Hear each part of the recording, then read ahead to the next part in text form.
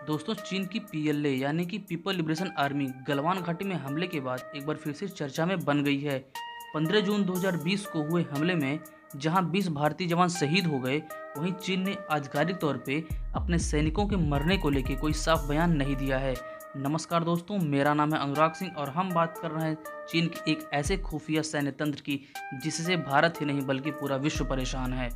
दोस्तों, सीपीसी यानी कि कम्युनिस्ट पार्टी ऑफ चाइना केवल प्रत्यक्ष रूप से आमने सामने की लड़ाई में विश्वास न रखते हुए एक खुफिया तरीके से भी युद्ध में विश्वास रखती है। जब रणभूमि में दुश्मन हमारे सामने उपस्थित रहता है तो उस समय युद्ध का नज़ारा कुछ और ही होता है। वहीं अगर दुश्मन अदृश्य होकर आपके सभी चालों को पहले से ही जान ले तो आपसे लड़ पाना उसके लिए काफ़ी आसान हो जाता है। दोस्तों, हम बात कर रहे हैं पीएलए की एक ऐसे यूनिट की जिसे पीएलए यूनिट 61398 कहा जाता है। यह एक साइबर फोर्स है जिसे कमेंट क्रू, कमेंट पांडा, GIF 899, बाइजेंटीन कैंडर या फिर APT-1 के नाम से भी जाना जाता है। वहीं दोस्तों, चीन की सेना में इस यूनिट का कोई नामो निशान ही नहीं है। जहां आज कहा जाता है कि data is a new oil, इसका मतलब कि लोगों का जो ऑनलाइन डेटा है वही भविष्य का नया ईंधन है।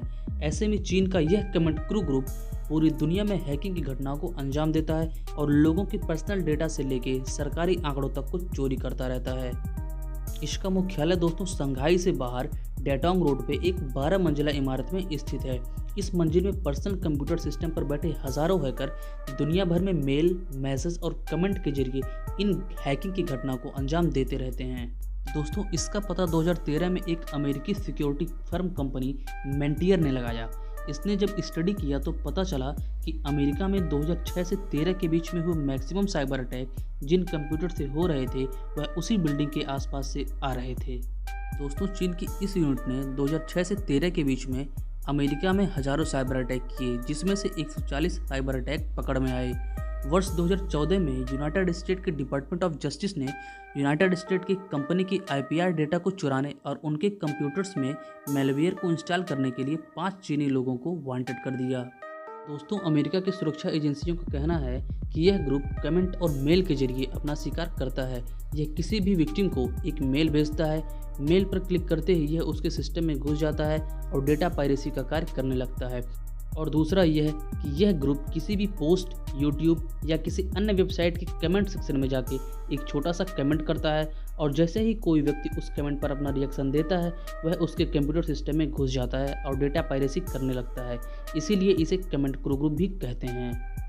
दोस्तों, अगर अमेरिकी न्यूज़ एजेंसी न्यूयॉर्क टाइम की बात को सही माने तो इसने अमेरिका के साथ साथ दुनिया के तमाम देशों में हैकिंग की घटनाओं को अंजाम दिया है। इसने अनेक कंपनियों के साथ साथ power grid, gas line, oil supply, water supply, defence के साथ साथ chemical formulas, biometric data, personal information से लेके मेडिसिनल डेटा व सौदेबाजी तक के गोपनीय जानकारियों को चुरा लिया है।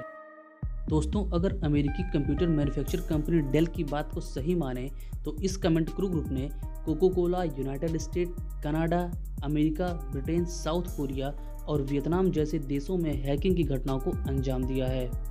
परंतु दोस्तों, आश्चर्य की बात तो यह है कि जब अन्य देशों ने चीन पर यह आरोप लगाया तो उसने सीधा इससे इनकार कर दिया और बाद में 2014 के बाद आधिकारिक तौर पे इसे स्वीकार किया कि उसके पास एक ऐसी यूनिट है जो सरकार के इशारों पर पूरी दुनिया में हैकिंग की घटना को अंजाम देती रहती है। यहाँ दुनिया के तमाम देश इन हैकिंग की घटनाओं से बचने के लिए एक यूनिट बना के रखते हैं, वहीं चीन इस हैकिंग की घटना को अंजाम देने के लिए एक यूनिट बना के बैठा है।